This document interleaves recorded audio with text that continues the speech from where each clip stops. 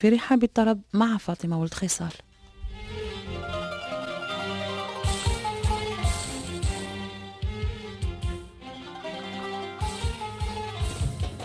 في رحاب الطرب موعد أسبوعي مع النغم العربي.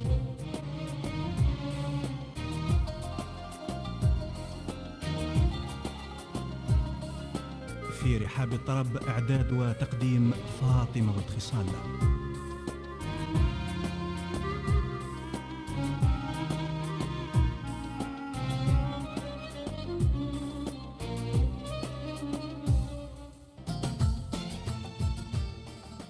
عودة مرة أخرى مستمعينا الأعزاء إلى متابعة برنامج في رحاب الطرب، ودائما مع الذكرى الأولى لوفاة أميرة الطرب العربية سيدة وردة. أنتم المعجبين أو ما نسميهم بالفرنسية لفان، وأنتم فان من نوع خاص يعني في الحقيقة. يعني عندكم اتصالات مع بعض أكيد. حديثكم على وش يكون مثلا؟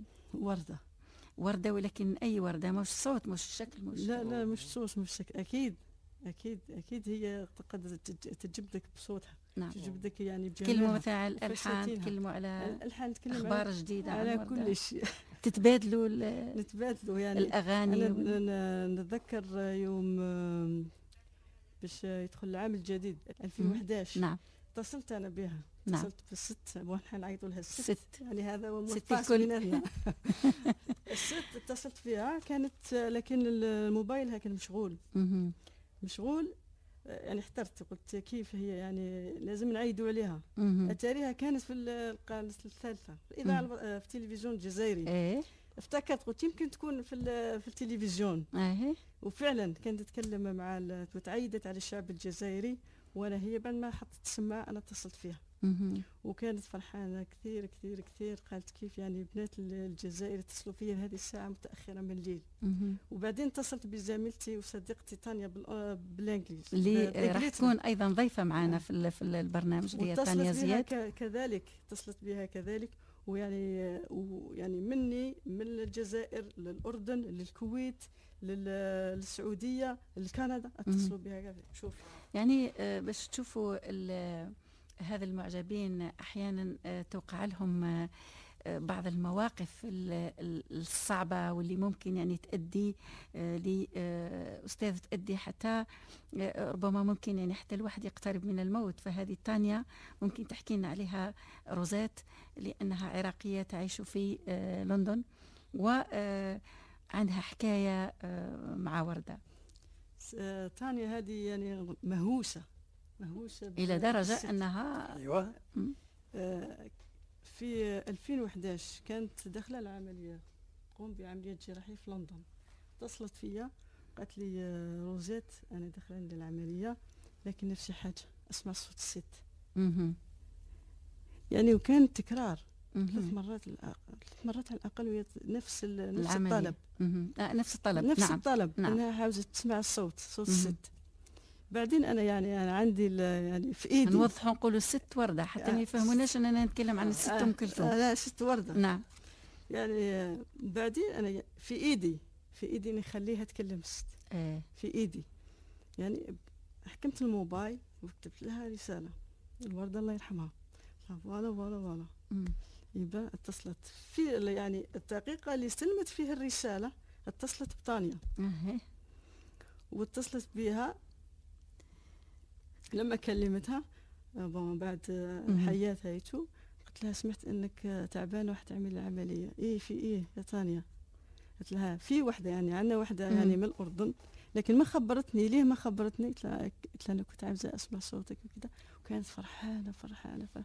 بعد ما حطت السماعه مع ورد الله يرحمها عاودت اتصلت بيا وكانت فرحانه. حسيت انها اتصلت انك انت يعني اديتي أولا فرحتي إنسانة، وثانيا أن السيدة وردة لم تبخل.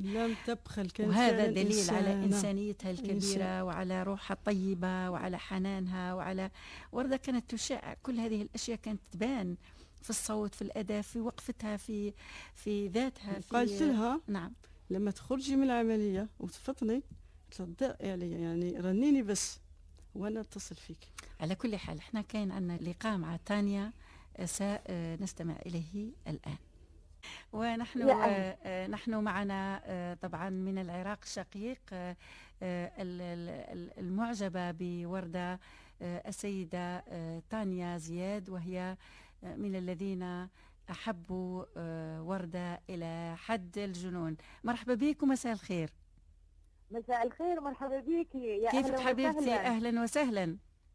الحمد لله، الله يخليكي. لكن أنا على فكرة كلمة معجبة لا، يعني كثير قليلة كلمة معجبة للسيدة وردة. الله يخليك. أنا قولي بموت فيها، بموت إلى حد فيها. الجنون، إلى حد الجنون. قيل لي بأنك يعني بهذا السبب ما لازمش تتكلمي على وردة في البيت.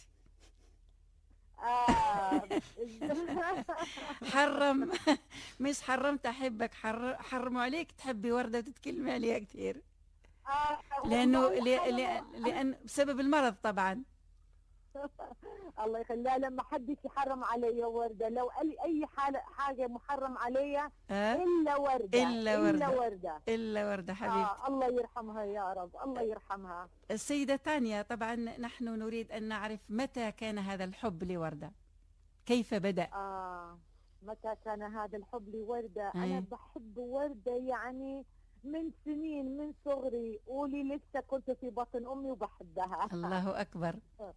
والله العظيم. يعني لسه ما كنت فاهمة أي شيء، لكن أول ما تطلع في التيفي بموت فيها. نعم. وعلى فكرة حب وردة إحنا عائلة كلنا بنحبها. نعم. أنا أخذت الحب من والدي ووالدتي. نعم نعم. سيدة تانيا، تتذكري أول أغنية حبيتيها الوردة؟ أكثر أغنية أول أغنية اللي كانت هي اللي كانت هي نقولوا أغنية الحظ بالنسبة لوردة أنها تكسب حب تانيا. أول أغنية اللي حبيت فيها وردة وتعلقت فيها بلاش تفارق مع الأستاذ بليغ حمدي طبعا. وبعدين طبعا اكثر شيء عندي ولاد الحلال، انا بموت فيها. ولاد الحلال يعني ولاد الحلال يجيبوا كلام ويدوا كلام، وهذا من عوايدهم. ايوه. انا نعرف انه تانيا، خبروني اهل الخير، هذون اهل الخير ما هوش اولاد الحلال، خبروني انه لتانيا علاقة كبيرة وحب كبير لجيد وردة. كيفاش كان هذا الحب، وكيفاش كان لما التقيتي وردة لأول مرة وحبيتي أنك تقبلي جيد وردة أو رقبة وردة، باش يفهموا علينا يا حبيبة قلبي على رقبة وردة. شوفي يا مدام فاطمة، يعني أخت فاطمة، أنا نعم. حبيت وردة وأنا صغيرة. يعني كنت دايما بحس إنه وردة أنا عايشة معاها رغم أن البعد يعني آلاف الأميال، هي في القاهرة وأنا في العراق. نعم. لكن كنت دايما عايشة فيها، دايما في خيالي، دايما يعني كبرت وسن المراهقة وتجوزت وتغربت، لكن معايا. نعم. ما ممكن أنساها دقيقة. نعم. وحبيت فيها كل شيء. يعني السيدة وردة زي ما بيقولوا من ساسة لراسة بموت فيها. نعم. طبعا رقبتها دي ما في اثنين يختلفوا عن رقبتها. حكاية كتب عنها نزار جيد وردة. يعني كنت أتمنى إني ألتقي فيها. يعني دي كانت حلم حياتي. الحمد لله الحلم ده تحقق سنة 2009. الحمد لله. الحمد لله. كيف احكي لي هذا اللقاء الأول. يعني الواحد يكون مشغوف، يكون عاشق مجنون بحب فنانة، ومن بعد يوجد نفسه أمامها كإنسانة مثل ما نقولوا احنا بالجزيري تاعنا شحم والحم. أنا شوفي العاشق، أنا تخبيت يعني الأمر ده عاشق، لأن أنا ست ناضجة دلوقتي كبيرة، يعني مش مراهقة. نعم. يعني أحب السيدة وردة زي المراهقين، لا أنا بحبها كإنسانة. نعم. قبل الفن. نعم. قبل كل شيء بحبها. نعم. السيدة دي فنانة. نعم. وشخصيتها، أخلاقها، طيبتها، نعم. دفاها كلها. نعم. بحبها. نعم. نعم. يعني أنا دايما بقول لو كان كل الناس مثل وردة كان الوفاء تاج على كل مخلوق. نعم. اول لقاء انا نزلت لمصر مخصوصا عشان اشوفها. يعني رحت وانا متاكد يعني مش عارفه يعني انا تايهه، اقدر الاقيها، اقدر اروح، لان قد ما كنت بسمع من الناس لا ما تقدري تروحي، ما بيخلوكي، لكن انا تجاوزت الحدود يعني زي ما نقول يعني علي وعلى اعدائي لازم اشوفها. نعم. رحت نزلت عن جد يعني نزلت واخذت تاكسي من غير ما اعرف، انا ما عايشه في القاهره، ما بعرف اي مكان في القاهره. نعم. بس العنوان معايا ورحت، وكمان طبعا كان معايا صديقه اسمها منال من اردن. ورحنا. طبعا في البدايه السكرتيره يعني رفض نهائي. وانا قلت يعني انا نازله من لندن مخصوص علي وعلى اعدائي لازم نشوف ورده، انا لازم اشوفها. يعني انا يمكن في مصر حصل لي مشاكل كثيره عشان انا عايزه اشوف ورده. نعم. يعني سابوني في مصر لوحدي، ست لوحدي في مصر. نعم. الحمد لله يعني يسر كان في نصيب اشوفها وهي نازله من العماره، والتقينا فيها وتكلمنا. لكن يعني الله يرحمها يا رب. وش قلتي لها لما قلتي لها انا حابه انا حابه نسلم عليك؟ لا اول ما شفتها راسا يعني عارفه ركبنا عليها انت عارفه السيده ورده لم تكن مع محبيها، لما تكون مع محبيها تضع جنب ورده الفنانه. نعم. ورده اللي صالت وجالت في اكبر المسارح وعبر القارات ببساطه، تصبح ورده الانسانه. نعم. يعني من شفتها يعني انسانه رقيقه بريئه. نعم. فرأسا حضنتها وبوستها، قلت انا بقالي 36 سنه بنتظرك وعايزه اشوفك. طبعا سالتني انت من وين وامتى ترجعي للعراق وكذا. بعد ما صارت المحادثه بوستها قلت لها لا على فكره يعني انا حلم حياتي ابوسك من رأسك. بكل بساطه فتحت حضنها قالت لي تعالي. نعم. بوستها. الله والى ان وصلناها للسياره وهي بتودعه يعني باي باي وخلاص. نعم. بعدها بقينا تايهين نمشي على الشوارع، يعني صح احنا شفناها ولا حلم؟ انت كنت مو مصدقه الشيء اللي وقع. لا يعني ما مصدقين، يعني فعلا دي كانت السيده ورده. خلاص بعدها رجعنا للبيت يعني مصدومين عن جد. نعم. وبعدها طبعا بقت الاتصال، يعني بقيت اتصل فيها وبترد وبنتكلم. ويعني من اتكلم معاها كانها يعني فعلا ويعني ماما، يعني هي ماما اللي بتكلم معاها. نعم. بالضبط. دايما كنت بقول انا ما بدخل مستشفى الا لازم اسمع صوتها. نعم. وفعلا سمعت صوتها وقلت لها يعني انت الام بالنسبه لي، عشان انا امي متوفيه من زمان. نفسي اسمع صوتك وتدعي لي زي الام اللي تدعي لبنتها. يعني كان عندي عمليه شويه يعني. يعني الحمد لله. فيعني احلى شيء من قالت لي والله بقوم دلوقتي اتوضى واصلي لك انا واولادي. نعم.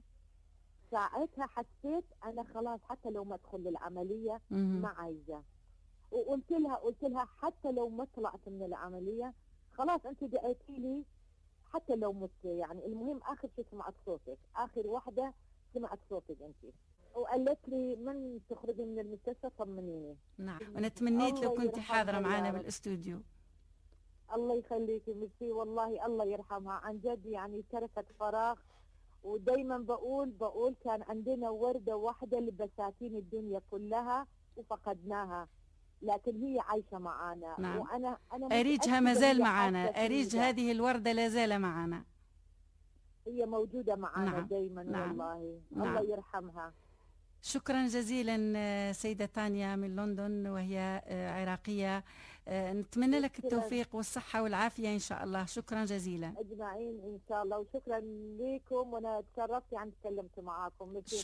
شكرا جزيلا. شكرا.